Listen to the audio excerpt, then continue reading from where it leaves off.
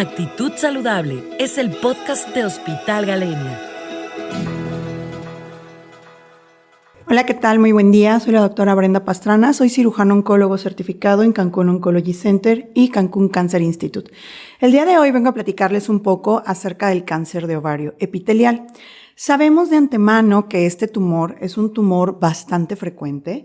Aproximadamente se presenta hasta en el 90% de todos los tumores ováricos y se diagnostican aproximadamente de 19.880 casos nuevos para el 2022, con 12.810 muertes en promedio. La sobrevida global se calcula a 5 años en un promedio de 49%. Claro que esto puede variar dependiendo del estadio clínico de diagnóstico del paciente y la histología que estamos presentando.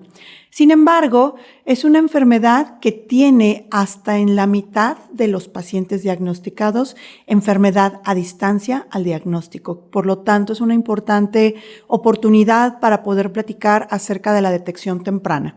Y bueno, ¿cómo podemos saber si tenemos predisposición para poder generar este tipo de tumores?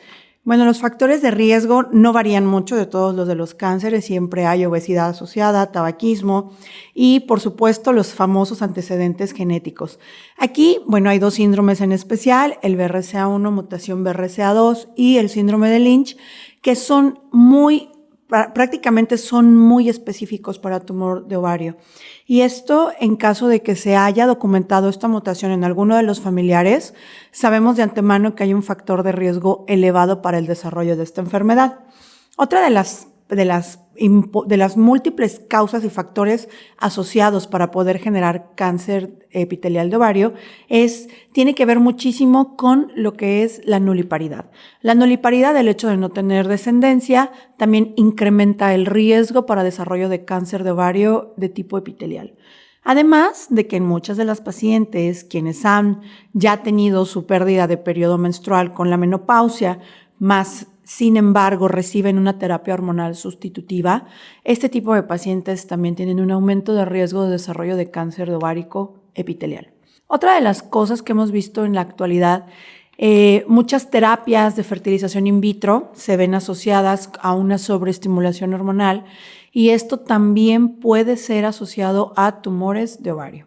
Cuando hacemos un poco más acerca de conciencia de diagnóstico temprano, nos encantaría diagnosticar a las pacientes en etapas clínicas sin síntomas, o sea, hacer un screening y poder decir a estas pacientes se han diagnosticado de manera temprana, más sin embargo, desgraciadamente, siempre que se busca o intencionadamente un estudio para descartar tumor maligno de ovario, ya es porque estas pacientes llegan a presentar cualquiera de los síntomas.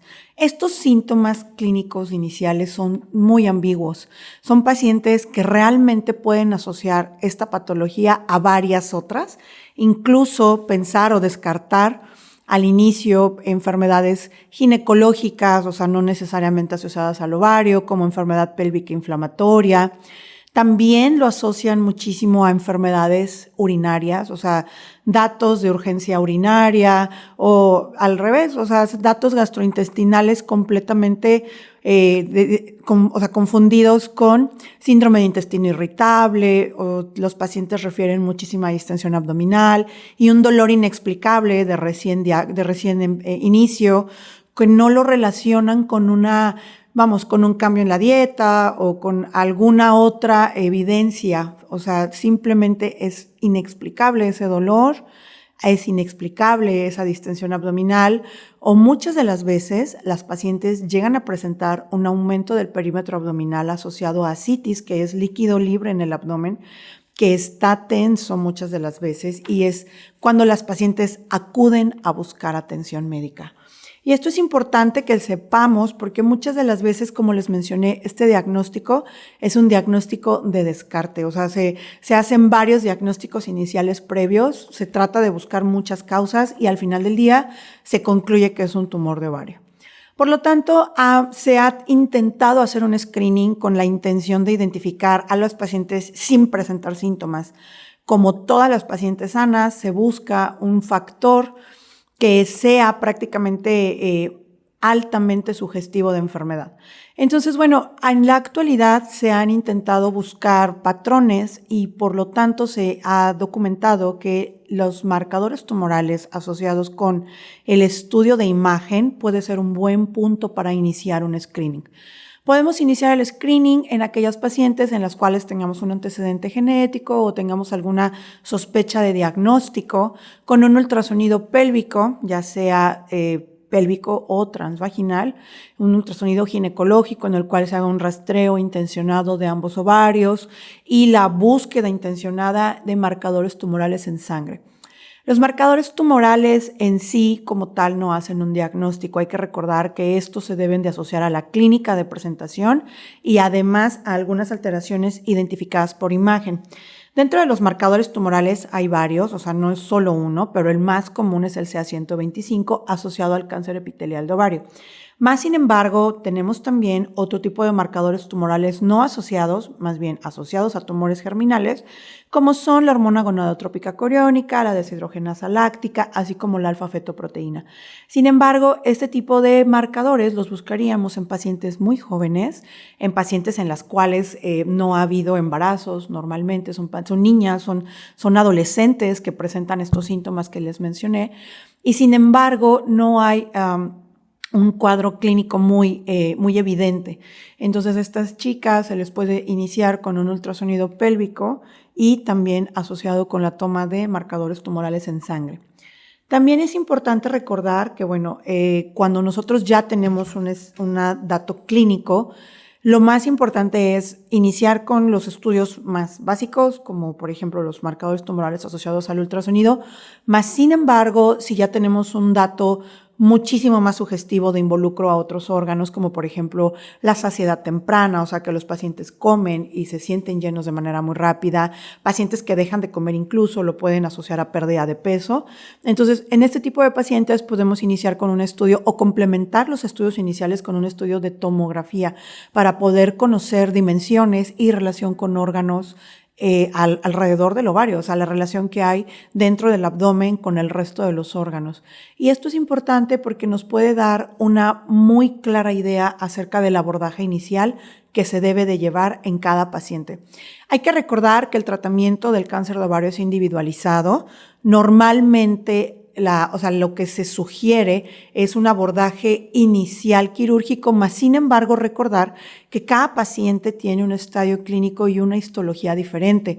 Por lo tanto, se debe de someter a un comité en el cual se involucren los oncólogos médicos, también juega un papel muy importante el cirujano oncólogo de inicio, así como también ginecólogos, oncólogos, quienes se encargan de hacer los abordajes iniciales. Por eso es importante que cuando tengas una sospecha de un tumor maligno de ovario que crece o que tienes una sospecha porque en tu familia hubo alguien que tuvo un tumor de ovario y tienes la duda de que si tú también lo puedes padecer, es importante acudir a un centro oncológico que cuente con varios especialistas.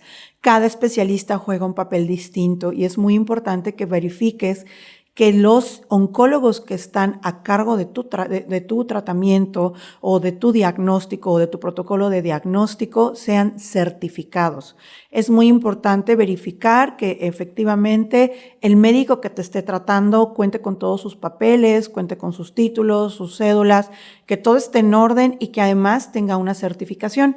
En el caso de los oncólogos, nosotros hacemos un examen, que es un examen de certificación, y lo tiene que realizar tanto el oncólogo médico, como el oncólogo quirúrgico, como el ginecólogo oncólogo, así también como los radiooncólogos. Entonces, si tu cirujano o tu oncólogo quirúrgico no está certificado, debes de acudir a un centro donde sí puedan garantizar que tus tratamientos sean los más actuales y los que están demostrados que tienen mejoría y que van a impactar de manera positiva en la sobrevida del paciente.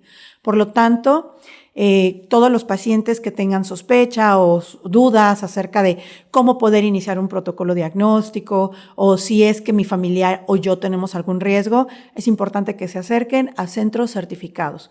En Cancún Cancer Institute tenemos a los especialistas quienes se pueden encargar de iniciar tu protocolo de diagnóstico y screening. Muchísimas gracias. Actitud Saludable es el podcast de Hospital Galenia.